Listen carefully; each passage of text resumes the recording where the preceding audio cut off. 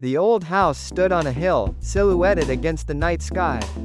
For years, it had been empty, a relic of a forgotten time. Locals whispered tales of the previous owners, a reclusive family who vanished without a trace. But the house wasn't entirely silent. Every night, without fail, the phone would ring. The ringing was always the same, a shrill, insistent jangle that cut through the quiet of the night. It would start around midnight, echoing through the empty rooms, a lonely sound. Whoever answered the phone would only hear static. No voice, no message, just the sound of silence on the other end. One evening, a young couple, Sarah and Mark, decided to explore the abandoned house. They were thrill seekers, drawn to the mystery surrounding the place. Armed with flashlights, they cautiously entered the house, the front door creaking open as if beckoning them inside. The air inside was cold and heavy, thick with the scent of dust and decay. As they moved from room to room, they noticed the peeling wallpaper and cobwebs that draped the furniture. The house felt like a tomb, frozen in time. Suddenly, they heard the phone ringing. The sound was deafening in the stillness of the house. They looked at each other, a mix of fear and excitement in their eyes.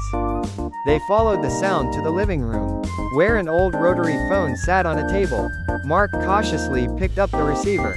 "Hello?" he said, his voice trembling slightly. But all he heard was static. Sarah leaned in, trying to make out something, anything, through the noise. But there was nothing. Night after night, they returned to the house, answering the phone.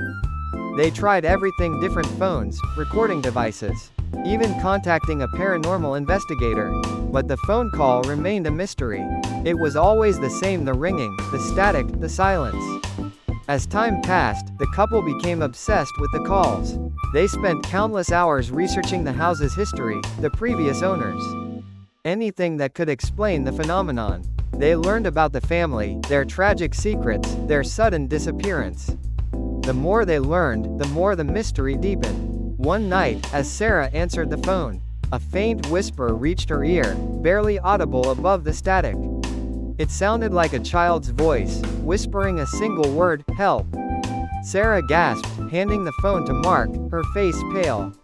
He listened intently, but he could only hear the static. The next day, they decided to call the local authorities, hoping to open a formal investigation to get to the bottom of this. They explained their story, the mysterious phone calls, the whisper. The authorities were skeptical, but they agreed to investigate.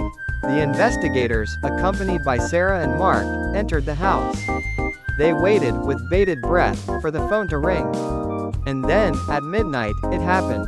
The phone rang. An investigator answered the call but heard nothing. But something was different. As the phone rang, the temperature in the room dropped dramatically.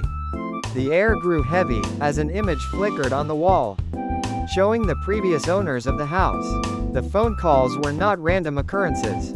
They were a plea for help from the other side, a lingering echo of a tragedy. The house, and the silent phone, held secrets of a past that refused to stay buried.